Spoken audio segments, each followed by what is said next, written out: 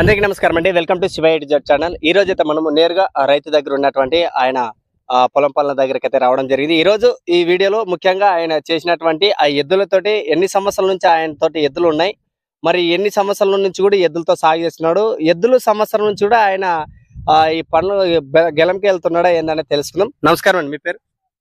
నా పేరు హరీష్. హరీష్, ఈ ఎద్దులు ఎవరు అండి? మీవే. ఎన్ని సంవత్సరాలు తీసుకుని? 3 ఏళ్ళు. 3 ఏళ్ళు అయినా. ఈ 3 సంవత్సరాలలో మీ భూమి ఎంత సాగు చేశారు?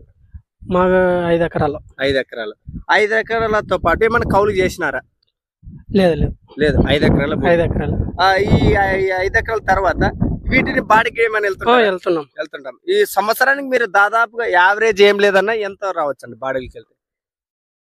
డబ్బులా లేకుండా అదే బాడుగులు చేసినటువంటి కూలి అంతా ఒక 50,000 40,000 మన చేనుల పని ఒక సంవత్సరం. ఇంకా ఎక్కువ ఏం చేయొచ్చు మనం, మన పని అదనమాట తక్కువ. అది ఈ ఎద్దులో ఈ జత ఏమైనా మార్చారా? ఇట్లా జత ఉన్నాయి? లేదే, ఇదే జత. 3 ఏళ్ళ నుంచి ఇవే. ఇవి వీటితోటి ఎంత మంది సాగు చేస్తున్నారు భూమి? అంటే మీరు ఎంత మంది వీటితోటి? మా చిన్న మేము ఇది ఒక జతనే. ఇదొక జత. దీంతో పాటు మీ ఇంట్లో వాళ్ళు కూడా ఎవరైనా దీంతో దగ్గరికి వెళ్తారా? ఎద్దులా పోతారు. ఎవరు పనులు చేస్తుంటారు దీంతో? మా తమ్ముళ్ళు చేస్తారు, మా చిన్న.